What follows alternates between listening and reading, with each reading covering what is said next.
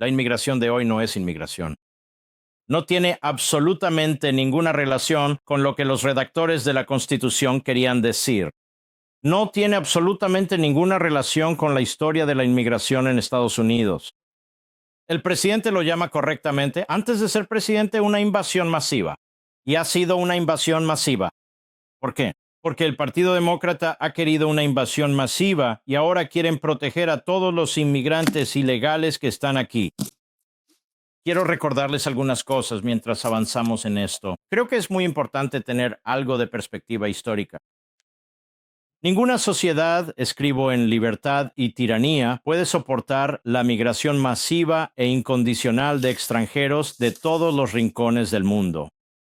La preservación de la soberanía territorial de la nación y de la cultura, el idioma, las costumbres, tradiciones y hábitos que hacen posible una comunidad armoniosa de ciudadanos dictan que la ciudadanía sea otorgada por el consentimiento de los gobernados, no por las decisiones unilaterales o demandas del extranjero, y solo a aquellos extranjeros que renuncien a su lealtad a su nación o sociedad anterior y juren lealtad a Estados Unidos.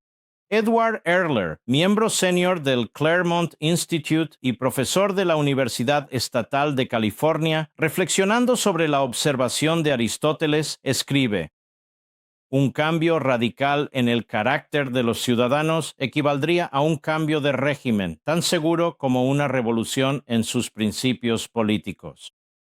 Por lo tanto, sostengo que el gobierno no solo está justificado, sino que está obligado a calificar la inmigración a aquellos que probablemente contribuyan al bienestar de la sociedad civil y a crear las condiciones en las que los extranjeros de diferentes orígenes puedan ser absorbidos por la cultura estadounidense. En otras palabras, el propósito de la inmigración es contribuir y mejorar la sociedad existente y la situación de los ciudadanos actuales. Ese es el propósito. El difunto autor Theodore White, quien no era conservador, escribió que la Ley de Inmigración de 1965 cambió todos los patrones anteriores y, al hacerlo, probablemente cambió el futuro de Estados Unidos. Fue noble, revolucionaria y probablemente la más irreflexiva de las muchas leyes de la gran sociedad. En la década de los 60, César Chávez, fundador del Sindicato de Trabajadores Agrícolas Unidos, se opuso a la inmigración ilegal. Argumentaba que socavaba esfuerzos por sindicalizar a los trabajadores agrícolas y mejorar las condiciones laborales y salarios de los trabajadores ciudadanos. La UFW reportaba inmigrantes ilegales al Servicio de Inmigración y Naturalización. En 1969, Chávez encabezó una marcha acompañado por Ralph Abernathy, presidente de la Southern Christian Leadership Conference, que era la organización de Martin Luther King, y el senador Walter Mondale, quien se postuló para presidente demócrata en 1984. Y fue derrotado por Reagan en la frontera con México, protestando el uso de migrantes ilegales por agricultores. Estos estatistas, yo los llamo, toleran inmigrantes ilegales e insisten en ellos. Son violaciones de los estándares salariales y ambientales porque los hijos de los inmigrantes nacidos en Estados Unidos, según la interpretación actual de la 14ª enmienda de la Constitución, son tratados como ciudadanos estadounidenses. Y eso es algo muy importante para el Partido Demócrata. Y en eso es en lo que están contando. Nuestro sistema de inmigración ha sido radicalmente cambiado porque el Partido Demócrata, el enemigo dentro de ese partido, la esclavitud, la segregación, la eugenesia, las leyes Jim Crow, la inmigración ilegal, rechaza el americanismo. Hoy, marxismo, islamismo. Quiero que escuchen al difunto gobernador de Colorado, Richard Lamb. Era un demócrata liberal, pero fue brillante en este punto de la inmigración. Y en 2003 pronunció un discurso y dijo: si quieres destruir a Estados Unidos, así es como lo haces. Me gustaría compartir con ustedes mi plan para destruir Estados Unidos. Si piensas, y algunos lo hacen, que Estados Unidos es demasiado engreído, demasiado rico, demasiado autosatisfecho, no lo suficientemente diverso, demasiado tradicional, tengo este plan. Toynbee, como saben, dijo que todas las grandes naciones surgen y todas caen. Y dijo, y la autopsia de la historia es que todas las grandes naciones cometen suicidio. Así que aquí está mi plan, en 8 partes. Número 1, haría de este un país bilingüe y bicultural. La historia nos lo muestra. Pero ningún país bilingüe y bicultural vive en paz consigo mismo. No creo que exista uno solo que no viva con una increíble cantidad de tensión y conflicto, si no es que en guerra civil. La segunda parte de mi plan sería inventar algo llamado multiculturalismo. Esto tendría 2 partes. Número 1, diría que todas las culturas son creadas iguales. No haría ninguna diferencia y haría imposible hablar de cosas como la cultura. Y la segunda sería que realmente me esforzaría mucho en hacer que las personas mantuvieran su identidad cultural. Reemplazaría el crisol de razas por la ensaladera. La tercera parte de mi plan sería hacer que el grupo demográfico de más rápido crecimiento en ese país fuera el menos educado. Añadiría una segunda clase baja a la primera clase baja, inasimilada, poco educada, antagónica, y luego haría que el 50% de ellos abandonaran la escuela, que no se graduaran de la secundaria. La cuarta parte de mi plan sería lograr que las grandes fundaciones y las grandes empresas financiaran estos esfuerzos con mucho dinero. Invertiría en identidad étnica y victimología. Haría que pensaran que su falta de éxito era únicamente culpa de la mayoría. Crearía una industria de agravios. La quinta parte de mi plan sería desarrollar la doble ciudadanía. Prometería a la gente en realidad lealtades divididas, permitirles apoyar tanto a Vicente Fox como a George Bush. La sexta parte de esto es importante. Pondría todos estos temas fuera de los límites. Haría que fuera un tabú hablar realmente de esto o criticar todo este asunto. Inventaría una palabra como lo fue hereje hace 200 años. Digamos que la llamamos racista e intentaría acusar a cualquiera de esto, que se opusiera a mis ideas. Mi séptima parte, entonces, sería hacer imposible hacer cumplir nuestras leyes de inmigración. Desarrollaría un mantra, llamémoslo así, que diga que porque la inmigración ha sido buena en el pasado para Estados Unidos, seguirá siendo buena en el futuro. Mi octava y última parte, y es importante, sería censurar este libro. Este hombre es peligroso. Él ha descubierto mi plan. No lean este libro. Ese sería Victor Davis Hanson, nuestro gran amigo, quien fue el único invitado anoche en Life, Liberty and Levin. En ese momento era algo comúnmente entendido, ya fuera Harry Reid, el ex líder de la mayoría, o Chuck Schumer, el actual líder de la mayoría, o quien fuera, o Barbara Jordan, una gran líder de derechos civiles de Houston que presidió una comisión sobre este tema. Tanto republicanos como demócratas entendían la importancia no solo de asegurar la frontera, sino de garantizar que las personas que ingresan a este país, no grupos, sino individuos, tengan lealtad a este país, tengan el carácter y la moralidad para estar en este país. Y eso ya no lo hacemos. El presidente está intentando desesperadamente volver a esto, por lo cual es atacado ferozmente. ¿Y qué hay de los fundadores del país? Hay un gran libro. Se llama Vindicating the Founders, Race, Sex, Class and Justice in the Origins of America, escrito por el profesor Thomas G. West, un buen amigo mío. Y él escribe aquí que la política de permitir la llegada de inmigrantes en grupo, es decir, el asentamiento de ellos en grupo, puede ser muy cuestionada. Porque al hacerlo, retienen el idioma, las costumbres y los principios, sean buenos o malos, que traen consigo, con ellos. Mientras que al mezclarse con nuestra gente, ellos o sus descendientes se asimilan a nuestras costumbres, medidas y leyes. En una palabra, pronto se convierten en un solo pueblo. La clave era la asimilación. Benjamin Franklin se había preocupado por el problema de la inmigración desde la década de 1750. Él dijo en parte que, al no estar acostumbrados a la libertad, no saben cómo hacer un uso moderado de ella. En las elecciones vienen en masa y arrasan con todo, excepto en 1 o 2 condados. En resumen, a menos que el flujo de su importación pudiera dirigirse de aquí a otras colonias, él estaba preocupado por la inmigración masiva.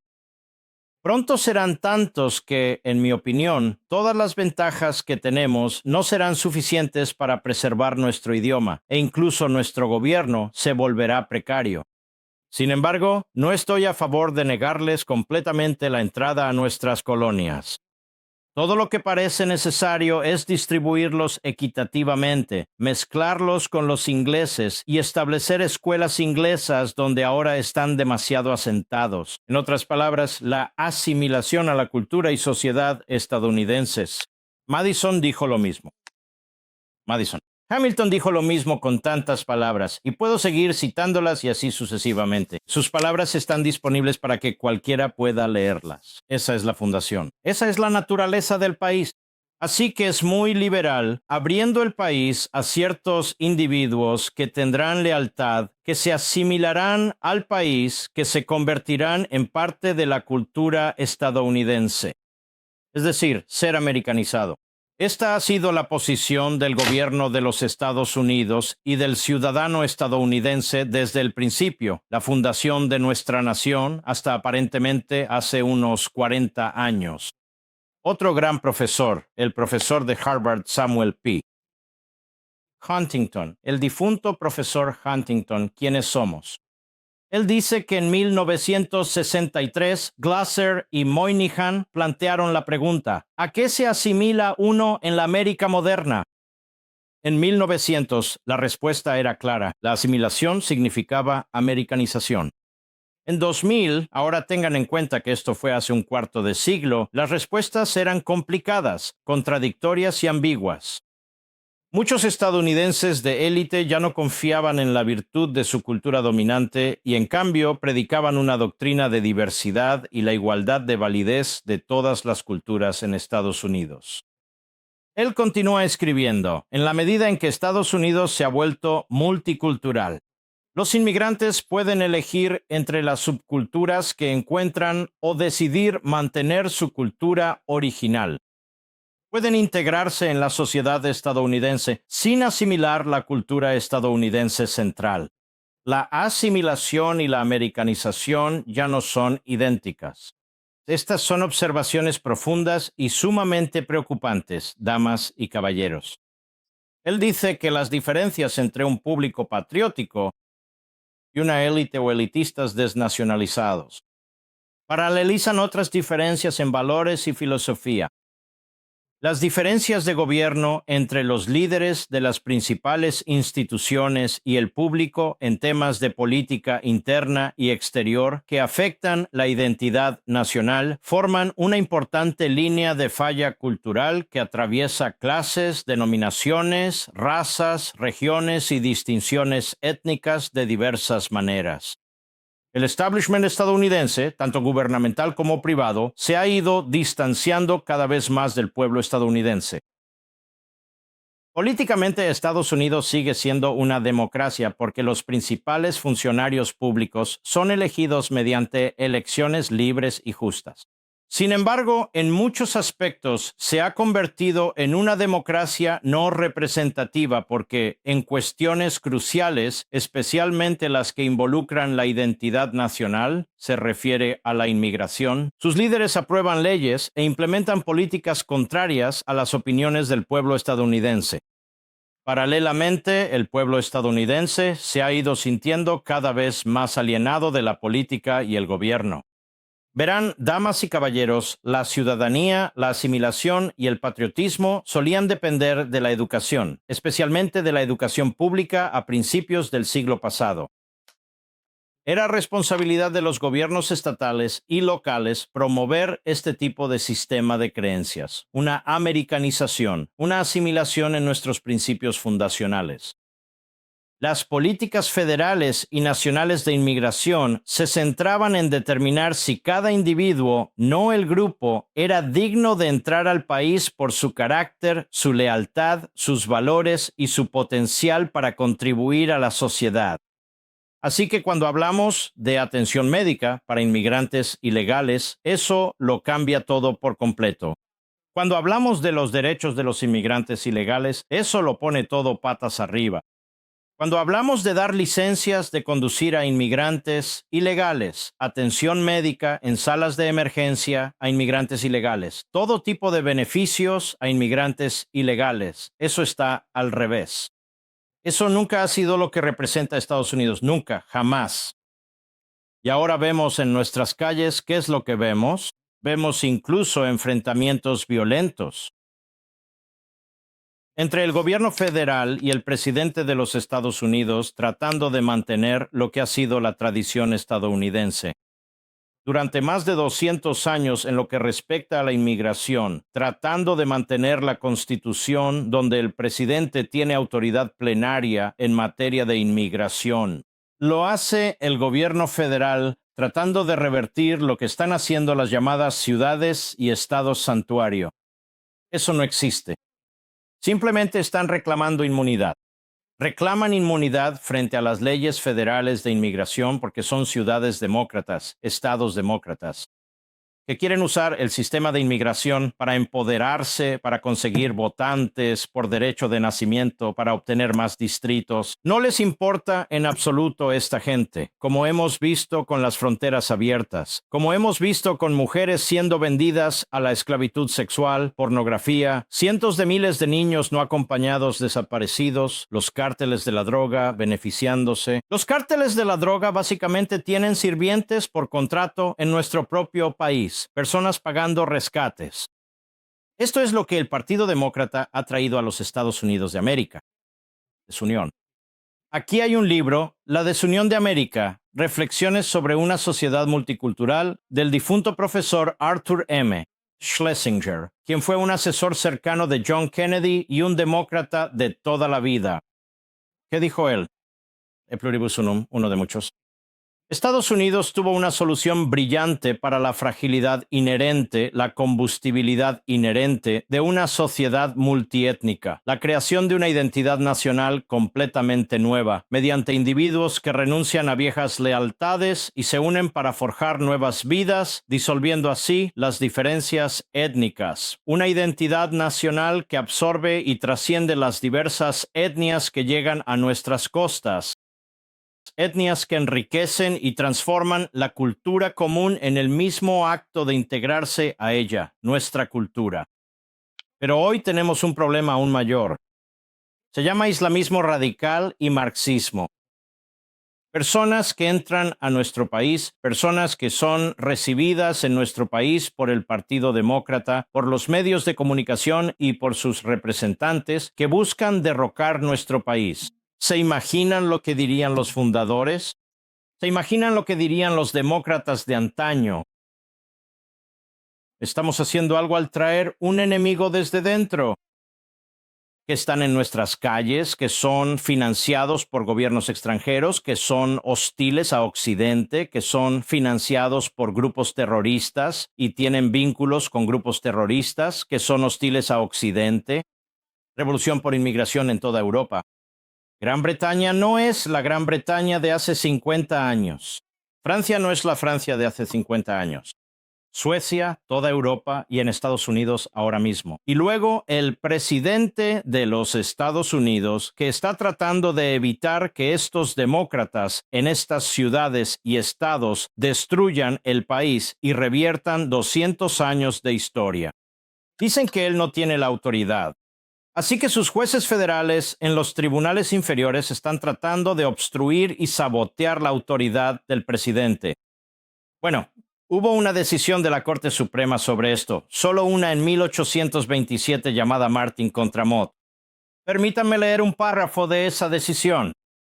La autoridad para decidir si las circunstancias contempladas en esta Constitución de los Estados Unidos y en la Ley del Congreso de 1795, una ley que precedió a la Ley de Insurrección, en la cual el presidente tiene la autoridad para convocar a la milicia para ejecutar las leyes de la Unión, suprimir insurrecciones y repeler invasiones, han surgido, está exclusivamente conferida al presidente y su decisión es concluyente para todas las personas. Punto. Ese es el único caso en el que la Corte Suprema se ha pronunciado sobre esto. Entonces, ¿qué están haciendo estos jueces? ¿Qué están haciendo estos alcaldes? ¿Qué están haciendo estos gobernadores?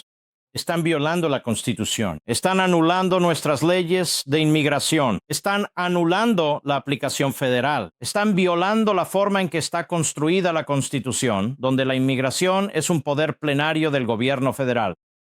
Están violando una decisión de la Corte Suprema de 1827 y ellos andan por ahí hablando de democracia y de que quienes se oponen a ellos, el presidente o los autoritarios. Si estás obteniendo valor de este video, solo le pido que le dé like, lo comparta y se suscriba al canal si aún no lo ha hecho.